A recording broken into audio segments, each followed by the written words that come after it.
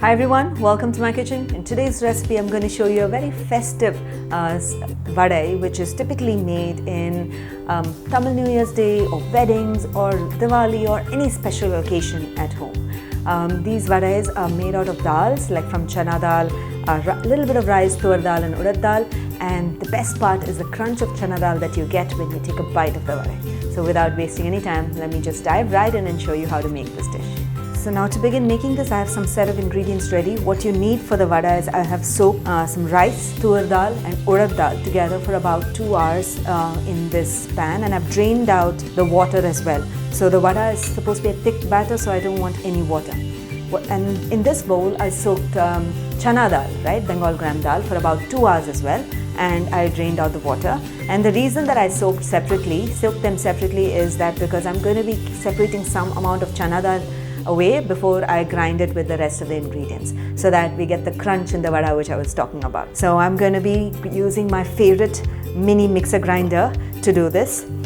So into my grinder, I'm going to be adding the soaked rice and dal, and I'm going to be adding 3/4 of the soaked chana dal. Okay, I'm going to leave a little bit aside, and I'm going to add the fennel seeds, which is Saunf, perengayam, hing, also known as Asafoetida, and salt. And of course, the red chillies, which are extremely important. I'm adding 3 of them. You can add more, less, based on the amount of spice that you like. And a lot of times when you go into the streets of Tamil Nadu and you go into those traditional vadai shops, you have a lot of chilies in them. So, and it tastes really nice with some spicy coconut chutney. So what I'm going to do is to cover this. So now I'm going to be using my mini mixer grinder, which was one of my favorites, and it's got extremely sharp blades which actually churns it and makes a lot of different things, from chutneys to mincing your meat to grinding vada batters and a whole lot more. So I'm just going to quickly, it's got a pulse action, there's no switch, it's really easy to operate, and I'm just going to show you how this works. So a lot of times you need to push down things so that it goes down, and if the quantity is just a little more than it can handle, so I'm just going to push it down a little bit and make a batter. Now let's open and check how beautifully it's done. Notice the vada batter is ground beautifully. It's got the perfect texture. It's nice and smooth, just like we want it. And to add to all the crunch and taste, I'm going to be mixing it along with some chopped onions, curry leaves, coriander, and that extra chana dal. So let me just do that and show you, and then we'll proceed to deep frying it. So now that the vada batter is ground, I'm going to be adding the chopped onions, okay, finely chopped. And you can also add the sambar onions, which is the small pearl onions as well, into it. And then these are curry leaves, karootle, and coriander leaves, lots of them. And we have that soaked extra chana dal that I was talking about. Keep this aside, check the salt, see if it's enough and right. And when deep frying, you actually don't add too much salt because it'll become too salty then. So just ensure it's just about right.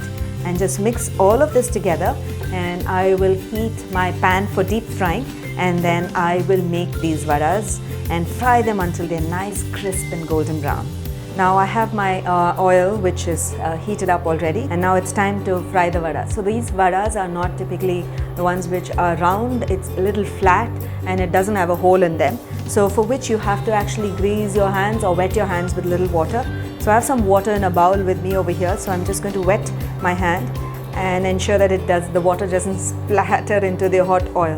So I'm going to take this vada and shape it and press it down a little bit, okay, and then gently slide it into the hot oil. Okay. I'm going to dip my hand once again and do a few more vadas just like this. Ensure that you are careful when you drop the vada into the oil. And fry the vadas over medium heat, not on high heat, because they need to get crisped and get cooked from inside out. So it's extremely important that they cooked right. It's all raw ingredients, right? So it needs to get cooked well and become nice and crisp all around.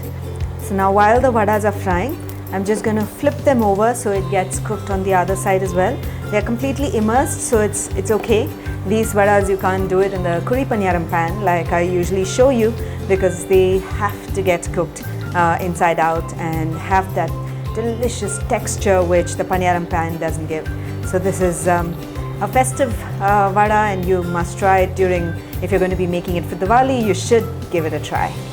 Okay, so this is going to take a good amount of time, for about 4 to 5 minutes to fry this entire batch of vadas. So I'm just going to proceed doing that.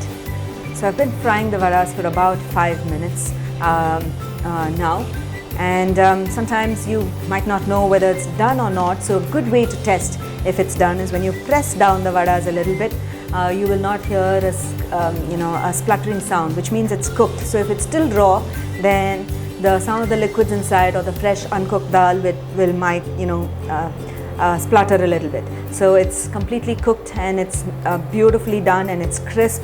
And also I know that it's crisp because I can see the onions are also nice and browned over there, and it's caramelized, and that's exactly the texture that we want. And sure, it becomes a good nice brown in color. It's not like it's not lightish, but it's a little more darkish. Okay, so that's how the vada color is. Okay, so now I'm going to drain these out, and the vadas are absolutely ready. And a great way to serve them is along with some spicy mint chutney or even a coconut chutney. It goes well as a snack along with a hot cup of filter coffee or even with some adrak chai. Okay, so I'm just going to drain it, and we are done. I do hope you give this recipe a try. When you do, don't forget to share your feedback in the comments below, because I'll always be looking to hear back from you. So until then, until next time, happy cooking and healthy eating.